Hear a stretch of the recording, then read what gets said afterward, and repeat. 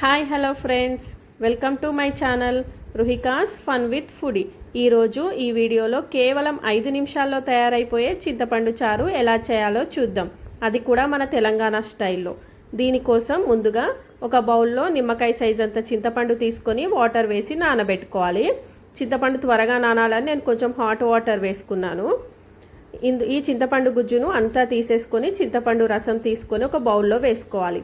అలా తీసుకున్న చింతపండు రసంలో 1 టీ స్పూన్ కారం, 1 టీ స్పూన్ ధనియా పౌడర్, 1 టీ స్పూన్ సాల్ట్ వేసుకోవాలి. 1/2 టీ స్పూన్ షుగర్ కూడా యాడ్ చేసుకోవాలి. షుగర్ ప్లేస్లో బెల్లం కూడా యాడ్ చేసుకోవచ్చు.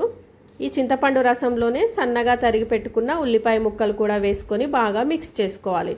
నేను ఇలా హ్యాండ్తో మిక్స్ చేస్తున్నాను, ఇలా బాగా మిక్స్ అవుతుంది. ఇందులోనే సన్నగా తరిగి పెట్టుకున్న కొత్తిమీరను కూడా వేసుకోవాలి.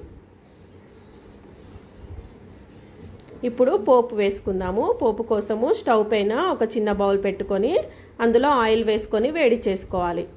ఆయిల్ వేడెక్కిన తర్వాత 1 టీ స్పూన్ జీలకర్ర, 1 టీ స్పూన్ ఆవాలు వేసుకొని వేయించుకోవాలి. ఆవాలు జీలకర్ర చిటపట్లాడేంత వరకు వేయించుకోవాలి.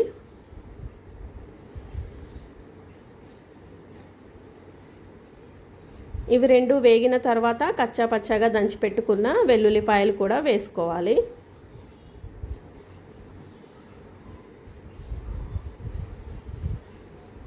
ఇందులోనే కట్ చేసి పెట్టుకున్న పచ్చిమిర్చి కూడా వేసుకోవాలి.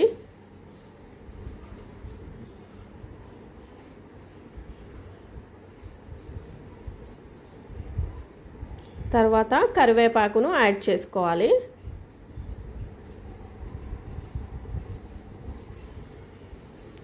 ఇదంతా బాగా వేగిన తర్వాత 1 టీ స్పూన్ నువ్వులు వేసుకొని వేయించుకోవాలి.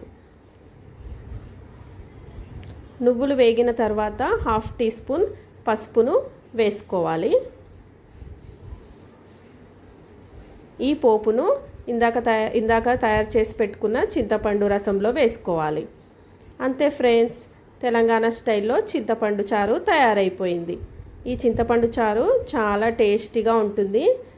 ఇంట్లో చిన్నపిల్లల నుంచి పెద్దవాళ్ళ వరకు అందరికీ నచ్చుతుంది. ఈ చింతపండు చారు కనుక మీకు నచ్చినట్లయితే please do like, share and subscribe to my channel. Thank you.